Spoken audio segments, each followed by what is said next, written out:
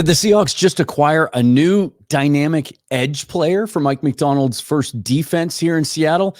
Well, not exactly. But a potential position switch for Dre'Mont Jones is interesting enough to hop on and do an episode today. I'll give you my thoughts on that potential change coming up next on Seahawks Forever. Welcome to the Seahawks Forever podcast. In-depth analysis on everything Seahawks. And now, here's your host, Dan Viens. Welcome back to the show, everybody, on an absolutely beautiful day here in the Pacific Northwest. I am taking one for the team. Close all the windows to keep the sound out, despite the fact I haven't set up my air conditioning units yet. So it's a little toasty in here, but I do this for you. If it's your first time here, definitely hit that subscribe button so you are part of the channel and part of the community, and hit that bell button for notification of all future episodes if you're watching on YouTube. If you prefer audio podcasts, you can get the show anywhere that you like to listen to audio podcasts. But if you want to listen to ad-free episodes, you can only do that on Spotify. It's a very low monthly fee. I'll have that description. I'll have that link down in the description. You can also just support the show with a super thanks or by buying me a coffee. And some cool news. Stay tuned over the next couple months. I'm going to roll some things out by the time training camp opens. New website is one of them. You'll see the web address there at the top of the frame. It exists, but there isn't much there. Having that worked on, we'll roll that out. And then going to do some things on Patreon coming up this fall, some exclusive bonus material that only subscribers will have access to. So just a couple things to keep in mind. Let's talk about Dre'Mont Jones. This is interesting. Woke up to this news today. I guess it was kind of yesterday that some people started talking about it. And then I read Mookie Alexander's piece on field goals today. Did a little digging and looked into it from a couple different angles. Apparently, Dre'Mont Jones is undergoing a different training regimen this offseason, and it's all designed to prepare him to play more of an edge role. Now, this isn't completely new. It's not completely groundbreaking, because we know that after Leonard Williams was acquired at the trade deadline last year, essentially Jones underwent a position switch then and stopped playing as much interior D-line and moved more to the edge. And we'll get into some numbers here in a minute. His play improved. But now, a little bit more clarity and context from Jones' trainer, Jackson Hayes. Posted a couple of things on Instagram over the last couple of days, running through some off-season drills. And if you're watching on YouTube, I'll put that reel up here so you can see it. It's pretty remarkable. He's doing, the circle drill, working on his pass rush bend, but also doing some footwork drills and some drops. And I got to say, this stuff looks really dynamic. Like, these are drills we see at the combine all the time. And if we were watching a prospect go through these drills and look this good, I think you'd be hearing Daniel Jeremiah. Some of those guys would be raving about his footwork and about how quick and athletic he looks. We'll get into some specs here in a minute, but it's interesting. It would be interesting to know what he would weigh in at today, because he looks really, really good running these drills. Hayes went on to elaborate a little bit further in another post. I'm going to read this quote verbatim. Dre'Mont Jones is going to be playing some outside linebacker this year. We worked on curved runs, simulating rushing off the edge, and a combination of footwork and pass drops, getting him used to coverage drops, settling into the zone, and playing in space. Excited to see how he progresses in this position transition. Fun little wordplay there from Jackson Hayes. So again, this is kind of a continuation of what we saw last year, but obviously different coaching staff, a little bit different scheme.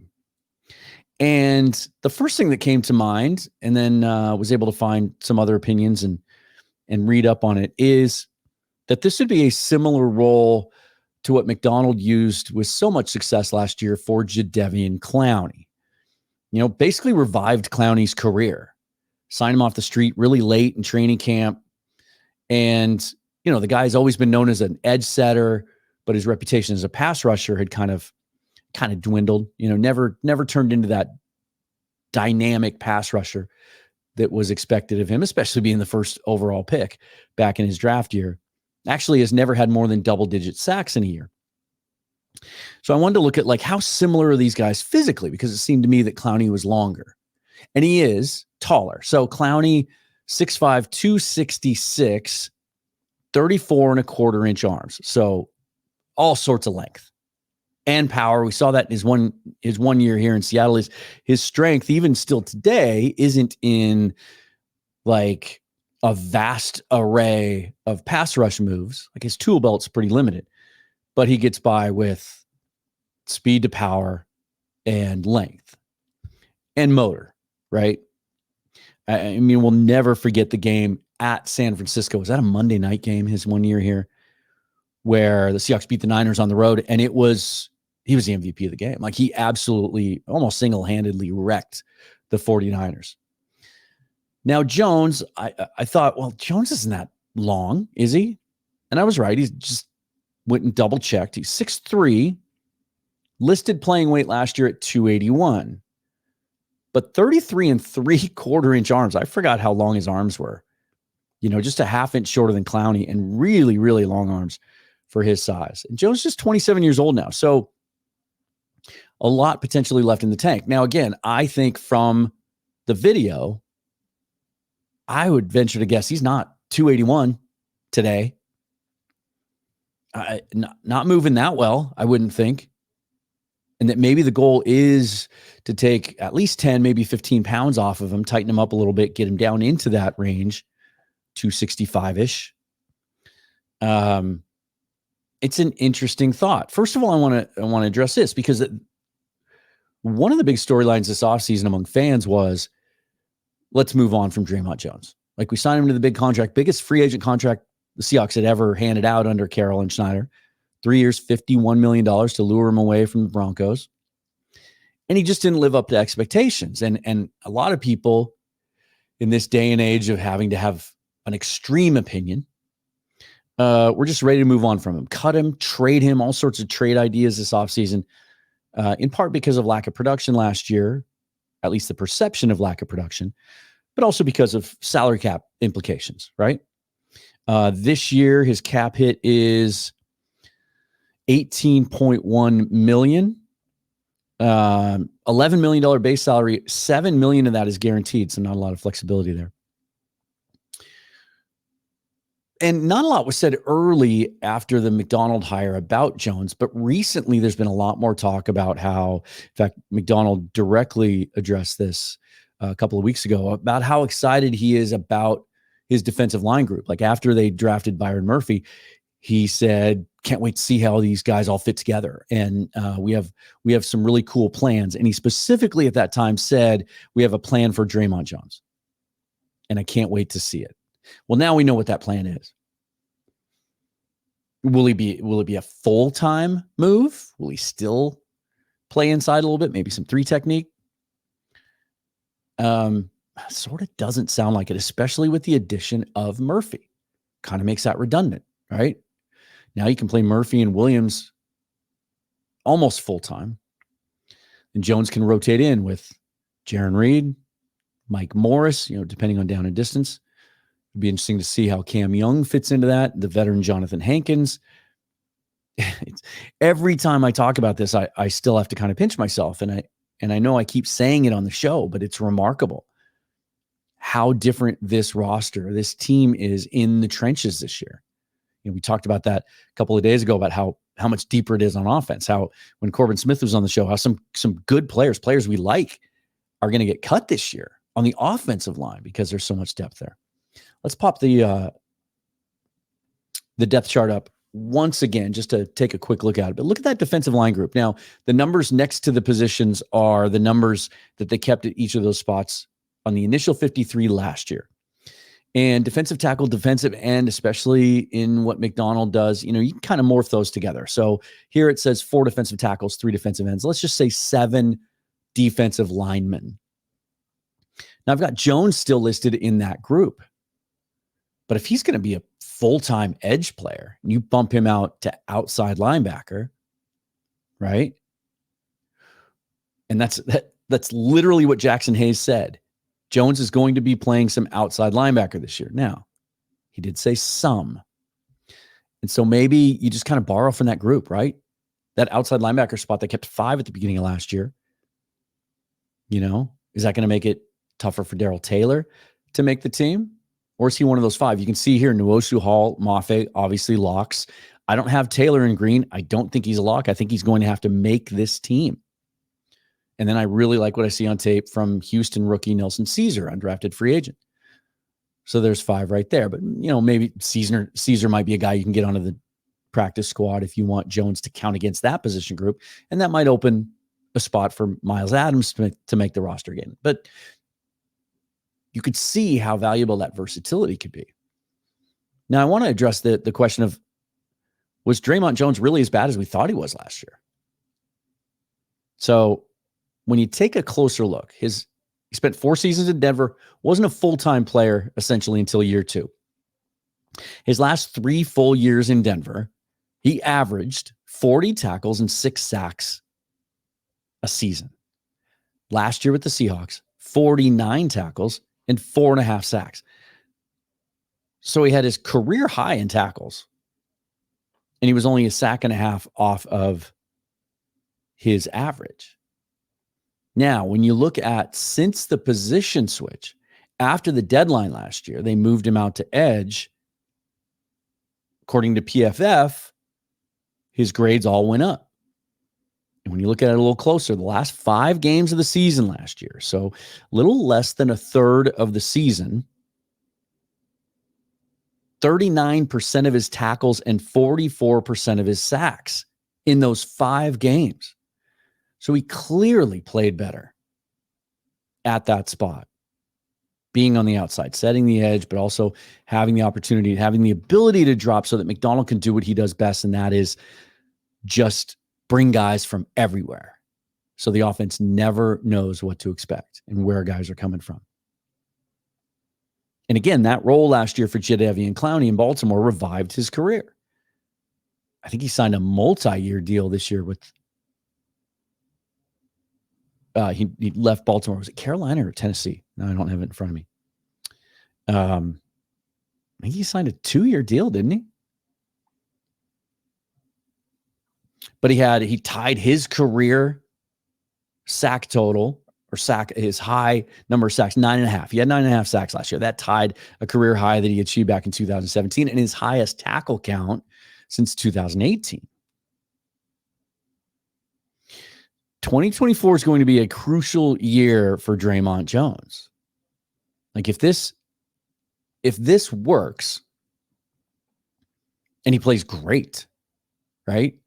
Knowing that Jaron Reed's in the last year of his deal, Jonathan Hankins on a 1-year deal, some of these edge guys, Darrell Taylor, if he makes the team, it's just a 1-year deal.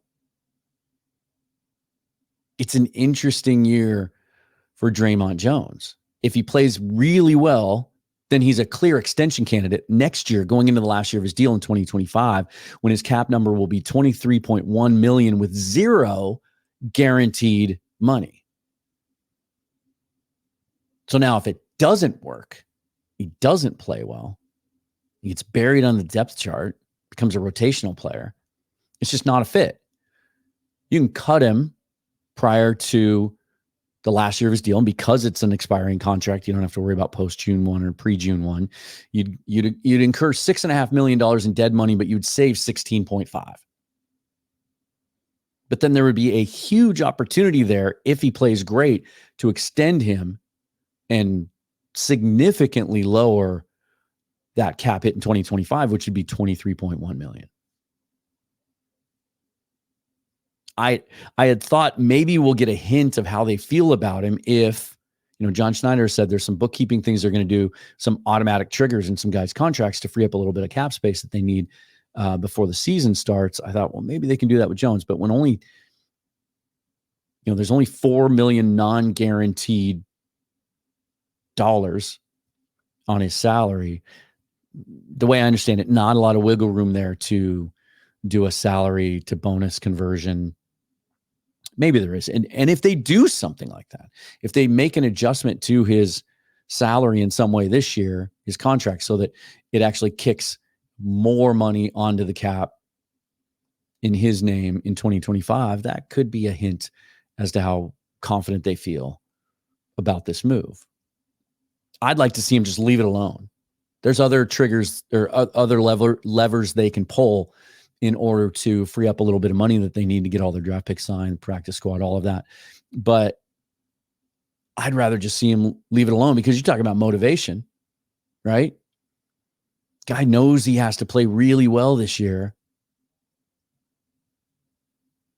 or he might not be on the roster next year. And his market might not be what he wants it to be, and he's not going to earn as much money in 2025 as he plans to. You know, it's a classic case of a guy still, again, 27 years old. He'll be 28 going into the last year of his deal, where he has a chance to turn this around and turn this perception around that maybe he was a free agent bust. What do you guys think of that? Is it just kind of a mad scientist playing around? Or do you think it'll work? I mean, again, the video is impressive, you know, and I know it's just 36 seconds of a guy running drills in sunshine on artificial turf, but we make massive judgments every year based on what we see at the Underwear Olympics at the Combine, right? And guys running drills, and we change our scouting reports, and we change a guy's profile because of what we see him do in drills. I think differently about Dre'Mont Jones now, sitting here today after watching that and hearing some of these things about him. And this makes me wonder what else is in the works, that, you know, what other players are preparing for slightly different roles that we don't know about because their trainers haven't gone on Instagram and shouted it out. Like I suggested to Corbin Smith the other day, and if you haven't checked that show out, definitely do. Corbin's always great, and he had a ton of information because he got to see day one of rookie minicamp up close. I asked him about the idea of Mike Jackson maybe playing some safety, because that secondary is so loaded now, especially after drafting the two Auburn corners in the draft, Nehemiah Pritchett and DJ James. And he kind of shot that idea down, but he feels like a Deshaun Shedd type player to me that could play a dual role. He's the most physical of all the corners outside of Devin Witherspoon. A little bit bigger. He loves to play the run. I could see him being kind of a hybrid guy, like Shedd was, or even like Kyle Hamilton was the Ravens last year. Not saying he's as good, obviously not. Hamilton appears to be an elite talent, but I just wonder about what else we'll see. We won't know until June 11th. That's when mandatory minicamp starts for the full roster. And then we'll start to see some of this. Hey, this guy was here. This guy was there. We'll see some of those questions answered on the offensive line as well. But I'm fascinated to see what else we might see in a couple of weeks. Enjoy the rest of the weekend. Happy Mother's Day to all the mothers out there who are watching, or to all of your mothers. Happy Mother's Day to my mom. Wonderful, wonderful lady. Next week, I'll be back with, still working on some scheduling things, going to finish out that 3-part series, taking an in-depth look at the opponents in the NFC West. Still have the Rams and the Cardinals to get to. I've got some things lined up, potentially Monday, and then later in the week. And then, of course, the big schedule release comes out Wednesday. I won't be able to react to that live, but look for something later that night with my initial thoughts on how the schedule looks for the Seahawks. Until then, follow me on Twitter at Seahawks Forever. Forever and always, go Hawks. Thanks for watching.